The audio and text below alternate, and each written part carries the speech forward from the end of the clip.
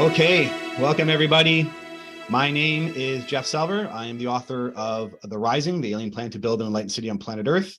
Very happy to do a presentation at Vancouver UFO again today. It is November 12th, 2022, Saturday, November 12th, 2022. And today's presentation is We Are Not the Body. So the agenda, the outline for my presentation today, I'm really excited to, delve into the research that supports that the human is not just the body, but, a long living consciousness. I'll be doing a reading from the Mystic Book. I'll be explaining what the Mystic Book is at that period of the presentation. There'll be an analysis of what was said in the Mystic Book. And then there'll be some exercises that we could try on, experiencing ourselves as separate from the body. There'll be an open floor. Hopefully people are not shy. We'll also turn off recording if that makes people feel comfortable so they can tell us their stories about how they experience themselves not part of the body. And then just a general and open Q&A afterwards. So my presentation today is largely about consciousness and where it originates from. So it's interesting to know that presently science still can't explain consciousness. The mechanical functions of the brain are all well mapped out, but the why element, the motivation piece, is still very much a mystery. And technically, you should be an automaton, eating, protecting your children, securing yourself in the world, but instead you may take up painting, right? You might go watch the sunset. You might go laugh with friends. So the motivation piece of your consciousness still remains very much a mystery. And so there's actually a label for this. It's called the hard problem of consciousness, where the phenomenal experience, the composite of why you feel and experience and move through the day, reflecting, and you might have a daydream, and you might get lost in thought, and then you might get very focused and motivated. Then you might want to call your partner and have a quick connection about love. All those don't make sense. Again, the motivation piece is very confusing. And so there are some very basic elements about our everyday existence that is a mystery to consciousness and those who study consciousness. So altruism. Why would you stop in the middle of the street to help a stranger? Technically, they're your competition. So you shouldn't want to, help a stranger. But naturally, humans actually have a propensity to, in fact, the more sometimes humans are in a state of chaos and like a war, altruism actually increases. And that is actually a bit of a mystery. The flow. So there's the psychological term called the flow, and it's in which your conscious mind is kind of subdued by a focus, and then your subconscious processes other information, and it might process, problem solving. Why that happens is completely a mystery. It doesn't really make sense as far as the brain goes. Dreaming. Now, of course, dreaming makes sense, but why would a dream solve a problem? Why would a dream give you wisdom? Those are all kind of questions of consciousness. Intuition, just flat out intuition, just the idea that you might feel like a decision is good and it turns out to be a really good decision, or you might feel someone writing a text about you that you haven't thought of in days, and all of a sudden you're thinking about them and the text shows up right away. So small ideas like that don't make sense in consciousness. And then lastly, where do thoughts even come from? So it's not like they can see the thought being created in a brain, and they can look at it, but it's not like they can get an AI or a robot to map out those neurons, and then now it thinks that thought. So again, it's the phenomenal experience of consciousness is still part of the mystery. So Dr. Thomas Verney, a psychiatrist with an interest in cellular memory and cellular intelligence, having read more than 5,000 papers on diverse research in physiology, neuroscience, genetics, and quantum physics, illustrates the mounting evidence that somatic cells, not just neural cells, so not just the cells in your brain, but also cells in the body, store memory, including genetic coding, and adapt to environmental changes. All behaviors that typically we constitute to the brain, but somehow are not just associated with the brain in studies. So in his book, The Embodied Mind, he describes single-celled organisms that demonstrate memory. He'll have examples of people with a brain defect. So you have a French man who has a brain a fraction of the size, so he has parts of his brain missing, but leads a fully normal life with a family and a job. And this one I found interesting: heart transplants leading to personality changes in the recipients that mirror those of their donors. So I wanted to explore a bit more of that, and I ended up finding a documentary. You can find it yourself on YouTube. It's called Mind Shock: Transplanting Heart Memories. And you get a bunch of doctors and scientists trying to understand how is it possible that when there's a heart transplant, the person takes on the characteristics of the donor. So this is Paul Pearsall, and he's a neuropsychologist. He's the author of The Heart's Code: Tapping the Wisdom and Power of Our Heart Energy. He says, now presently, research shows a personality change reported in 5 to 10% of heart transplant recipients. Heart transplant recipients were reporting receiving the memories, feelings, food preferences, fears, and musical preferences of their donors. One woman who got the heart of a boxer was the most quiet demeanor, easygoing woman, and hated violence. Left the room when her husband would watch football. But now she's got the heart of a boxer, and she watches football and yells and swears all the time. There's actually some really good examples in that documentary as well, too. But what's being shown in science is that the studies, basically intelligence and consciousness traits traditionally attributed to the brain, and the brain alone, if you were ever to go into psychology and study the brain, all these traits are isolated within the brain. But somehow these traits are existing outside of the brain in general. They're functioning as systems included, but not limited to the brain. And so you have doctors and scientists starting to question what consciousness is. How could this possibly be? And so you have Daniel Siegel, a medical doctor. The human mind is broader than the brain and bigger than even the body. Dr. Thomas Verney says, our current understanding of matter alone is unlikely to explain the nature of the mind. The commonly accepted deterministic view of the mind as an epiphenomenon of the brain is no longer tenable. Consciousness can interface with the material because matter and energy are interchangeable. So what's happening is you're having the question about consciousness and the reality of the brain and its limitations based on people still having other experiences of mind outside of brain. Then some people are saying, what's up with quantum? Maybe there's a quantum connection going on here, because for those who are keeping aware of present information, quantum was always proven. There was always the math to kind of lay it out, and all the experiments are still leaning towards it. But again, we just recently had 3 physicists win the Nobel Prize, and in their Nobel Prize, they had proved quantum entanglement real. And so this is the type of information that should be mind-altering and life-changing, and yet no one really knows what to do with this information, right? So, for example, the Scientific American had a really great article on it. The universe is not locally real, and the physics Nobel Prize winners proved it. So these are the actual Nobel Prize winners: John Clauser, Alan Aspect, and Anton Ziegler.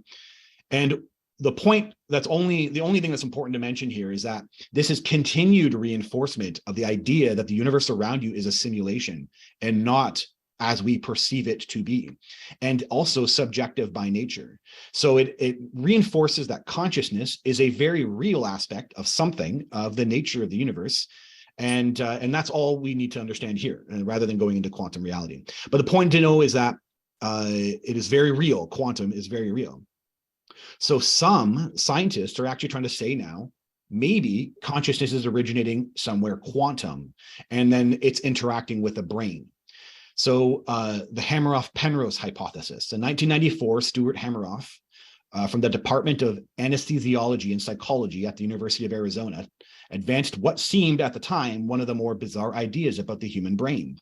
Supported by Sir Roger Penrose, Hameroff suggested that quantum vibrational computations in microtubules, I'll explain this in a second, have been shown to have quantum properties, which are major components of the cell neurocytoskeleton in the brain, that these govern our consciousness. Now he's drawing his research from, so remember I mentioned the cells, that Dr. Thomas Verney specifically focused in on cells. You have this gentleman focusing on paramecium. So again, kind of cellular, micro aspects of nature reflecting something beyond the mind. And how is that possible? So Hameroff points to the single-celled paramecium as evidence. The paramecium has no central nervous system, no brain, no neurons. It swims, locates food, finds a mate, avoids danger, makes choices. It definitely seems to be processing information that we typically, use with a mind. So, and microtubules are this, it's kind of a structure within its kind of central system here. And there's evidence that there's a quantum interaction. There's what they can see as like kind of nano scars in this microtubule, this kind of part of this creature. But they know microtubules are also in neurons in the brain. So that's lending towards a theory, because they can see the quantum effect, the nano effect on the microtubules here. So they must be doing something, or microtubules in the brain might have some kind of quantum response. So you're getting kind of this close to trying to figure out maybe there's something outside of the brain occurring with consciousness. So Hameroff also began thinking that quantum physics might play a role in consciousness in the mind. There are two leading theories going on here. They're both slightly different in nature. Kaufman hypothesis, but both of them are saying at the micro level, something quantum looks like it's going on, and we can find a way to make that merge with the brain. And so there might be something quantum going on with the brain. Stuart Alan Kaufman, emeritus professor of biochemistry at the University of Pennsylvania. Kaufman thinks that the system seen in the chlorophyll molecule raises the possibility that webs of quantum coherence or partial coherence can extend across a large part of a neuron and can remain poised between coherence and decoherence. Bottom line being is that, again, they're observing micro quantum effects, and that likely can be replicated in the brain, though they haven't found, there's no way to measure the quantum side of these things, right? So these are only just theories. But what happens when the experiences of consciousness surpass our understanding of the nature of reality? It basically seems to lend to a truth that consciousness is something outside the mind. So people have been studying near-death experiences, or at least have been reporting near-death experiences for centuries. But in the 60s and 70s, there was a beginning of resuscitation medicine. So people were basically coming back from the dead. And larger amounts of people began reporting that they left their body, felt blissful, and went into some other realm. And it was psychiatrist Raymond Moody who, he coined the term near-death experiences, and in his 1975 book, Life After Life, in which he detailed the experiences of more than 100 people who survived clinical death but were subsequently revived. And so because consciousness is looking so questionable, it's what's going on with the nature of consciousness, even to this present day, these theories are all kind of trying to, we don't understand the picture, right? So people are leaning towards life after death. Could this be explaining something to do with consciousness? So even in Psychology Today, there was actually a really great article, 4 theories that could explain near-death experiences. Studies of near-death experiences challenge the idea that our mind ends at death. Usually they relate perceiving themselves from a perspective above or to the side of their physical body, and describe accurately the conversations of the medical staff present in the room, as well as the medical interventions that were performed on them. Given that they were clinically dead, how is this possible? Skeptics have raised objections to the credibility of these accounts by pointing out that they may be due to religious indoctrination. However, the phenomenon is remarkably consistent across cultures and religions, and has been reported even by children and toddlers who are not exposed to religious doctrine. Now, to solidify the kind of more scientific perspective approach, there is a really good division within the University of Virginia called the Division of Perceptual Studies. They study mediums, deathbed visions, reincarnation, and near-death experiences. They study if anything is surviving beyond the bodily death. And they have been applying the scientific method to the research of these extraordinary experiences of consciousness for over 50 years. So there's a really great documentary on Netflix called Surviving Death. I would totally, if any of this is interesting to you, you should find that documentary fantastic. It's got, it's the breakdown of the scientific method by these doctors trying to understand this phenomenon. I want to point out that these doctors are not kooks who believed in the afterlife and tried to prove it. These are doctors who were hard scientists and trained in the medical field of believing that the brain creates all things. And then they are the ones stumped who come upon their patients having near-death experiences, and they can't be answered. And the information that the patient is able to bring back is beyond reasonable. It's beyond what a patient shouldn't have that information. And then it makes the doctor question, maybe there's something more going on. And again, they're not trying to find proof of life after death. They're trying to answer parts of the brain. Maybe there's something going on that could be helpful and relevant for further brain studies. They're not trying to prove near-death experiences are the afterlife, but it seems to be where it's going. So Dr. Bryce Grayson, when the heart stops within 20 seconds or so, you get flatlining, which means no brain activity. And yet people have near-death experiences when they have been flatlined longer than that. Between 10 to 20% of people whose hearts actually stop will report these dramatic near-death experiences. Some have said it's the drugs, but the fewer drugs, the more likely they are to have a near-death experience. Lack of oxygen in the brain. Yet, however, from decades of research, when the brain has lack of oxygen, in fact, people become belligerent and terrified of what's happening. There have been a number of medical explanations that have been proposed to explain what causes near-death experiences. I'm all in favor of that, being a doctor. I want to understand what's causing these things. Unfortunately, I don't think the explanations we have come up with so far help us understand things. Peter Fenwick is exactly the same. He's in that documentary, and he himself was a hard, believing scientist and or hard, believing material world scientist, and the brain can answer all things. And then again, he's stumped by near-death experiences when he's approached, when he witnesses the results of it with his patients. And so he's a neuropsychiatrist at University of Cambridge. He says, I'm frequently challenged by people who say, okay, he's had a cardiac arrest. There's a little bit of brain working, which you guys have all missed. But this says they don't understand what consciousness is. You cannot maintain consciousness unless you have a highly organized brain. Believe you me, when the brain loses its oxygen, it doesn't organize itself. How can people be conscious when they are unconscious? It's an oxymoron. It's ridiculous. But that is what the data is proving more and more. That, of course, is going to have some significance about our ideas of death. I mean, is it possible there is an expansion of consciousness when we die? Again, I don't really know, this information is out there, but most people don't know it exists. There has been the largest study conducted on near-death experiences. So Sam Parnia is a British associate professor of medicine at the NYU Langone Medical Center, where he is also the director of research into cardiopulmonary resuscitation. If anyone's going to be an expert on near-death experiences, it's going to be a person who studies cardiopulmonary resuscitation. So, and he's known for his work on near-death experiences. And he conducted the largest research on what happens to the brain during brain inactivity from cardiac arrest. So he did what's called the AWARE study.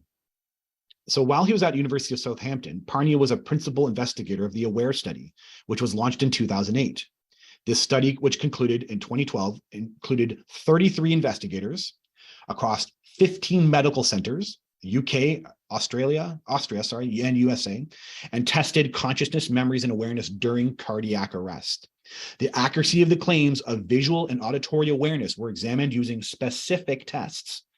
One such test consisted of installing shelves. So this is in the room most likely where cardiac patients might, have cardiac arrest. So I guess it's in the ER room. I don't really know, but that detail would be in the study. And then within that room, they had shelvings that had images and pictures. So if someone was to remove themselves from their body, they would be able to see peripherally, or at least some degree, these things with which are a little bit raised and can't be seen by the normal staff. So bearing a variety of images and facing the ceiling, hence not visible by hospital staff, in rooms where cardiac arrest patients were more likely to occur. The results of the study were published in October 2014. Both the launch and the study results were widely discussed in the media. And out of 2060 cardiac events, 101 of the 140 that were able to complete the questionnaire, basically 9% classified as near-death experiences. So there's a bit of detail about those people. But what is most interesting is that there was a specific patient who the possibility to verify the accuracy of the experience and to show that awareness occurred paradoxically some minutes after the heart stopped, at a time when the brain ordinarily stops functioning and cortical activity becomes isoelectric. The experience was not compatible with an illusion, imaginary event, or hallucination, since visual and auditory awareness could be corroborated. So you had control mechanisms, which is what you would use in any science to determine things as real or not. And here you have, in the largest study of its kind, they passed the control mechanisms. So that's all just really fascinating. And it shows, again, it's the statistical reality that the human exists beyond the body, that when you die, you continue to move on to something else. Parnia and others have suggested that a mind that is mediated by, but not produced by, the brain is a possible way to explain near-death experiences. Science writer Mike McRee has noted, while Parnia's work contributes valuable data to understanding near-death experiences as a cultural phenomenon, his speculations do indeed sit on the brink of pseudoscience. Right? It really racks the brain of people that, when you want to believe in the brain and you have this science that's kind of pushing that, it's really challenging, right? So the other twist, all in one large picture that we are not the body, is that with reincarnation research is also really, really fascinating and has been used the scientific method and shown to be real. So this was a Vice article, The Hard Science of Reincarnation. All over the world, scholars studying reincarnation are making findings even skeptics have difficulty explaining. Again, in the Near Surviving Death documentary on Netflix, there's a really, really good episode dedicated to the reincarnation and the science that they're doing. And I pulled out some of those, some of that information for this presentation here.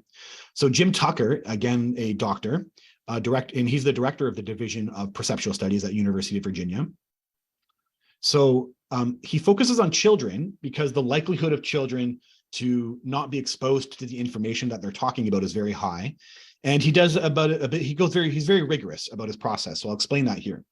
His goal in each case of child reporting memories of previous lives is to determine what happened, what the child has said, how the parents have reacted, whether the child's statements match the life of a particular deceased person, and whether the child could have learned such information through normal means.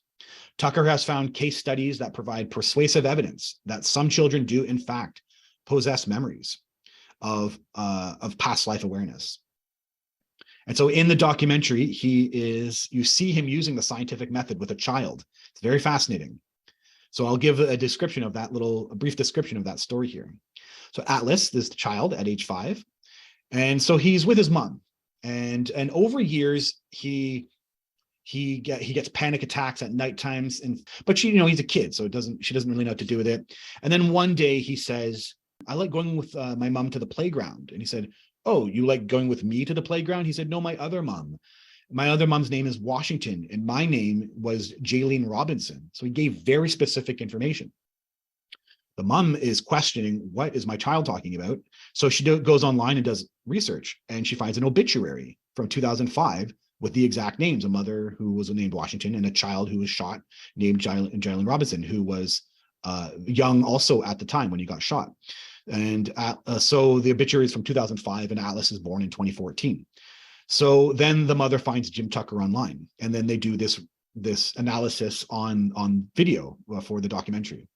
When the child mentions a first and last name, then their statements can be verified. So Tucker uses control methods like any scientist would with any, trying to have scientific rigor. So pictures of where Jaylene lived, and then one where he did not. So he actually went and found these locations that this Jaylene Robinson would have known, right? Pictures that are not available online also. You can't find these pictures online. So pictures of the playground he talked about, inside the home where he lived, pictures of the dad, pictures of the mom. And the child is shown pictures, and then he passes very simply. You see him picking and choosing himself. And he passed 5 out of 5, especially when the child answers pretty sure and with a matter-of-fact manner. So this is Jim Tucker, when we do these tests, then we look at statistically how likely it is for a child to choose 5 correct pictures by chance. And of course, that's pretty unlikely. I start from the point of skepticism. And I can doubt things at times like everyone else. I look for anything that is questionable or deceptive. But the longer I've been in this field, the more I've become convinced that there is more than just the physical world, that there is a larger reality. Out-of-body experiences are real. So this is where it all leans towards, this jump that needs to occur, right? Out of body experiences are real. Near death experiences are real. Remote viewing is real. I haven't even gone into that because yet the same science exists regarding remote viewing. Past life awareness is real. All these point to an awareness that does not exist within the physical body, yet inhabits the body you are now using. So I did all this, all the science, to bring down your skeptical, critical, and analytical mind. My guru, as I've always mentioned, I have a Vedic guru, and it's part of my story with the aliens. So I have a Vedic guru, and he has a story about jumping off the boat. So when you're rowing across the river on a boat, it's like having your intellectual understanding about consciousness or whatever your thing is. You're having intellectual understanding about things. So in this case, for today, we have our intellectual understanding. We have the science here. It says we are not the body. But eventually, you have to jump off the boat and onto the other side and make the jump and actually start experiencing what information you've been gathering this entire time. So that's kind of what this is. Now we have to actually jump off the boat and then identify and hold it as a truth for us that we are not the body.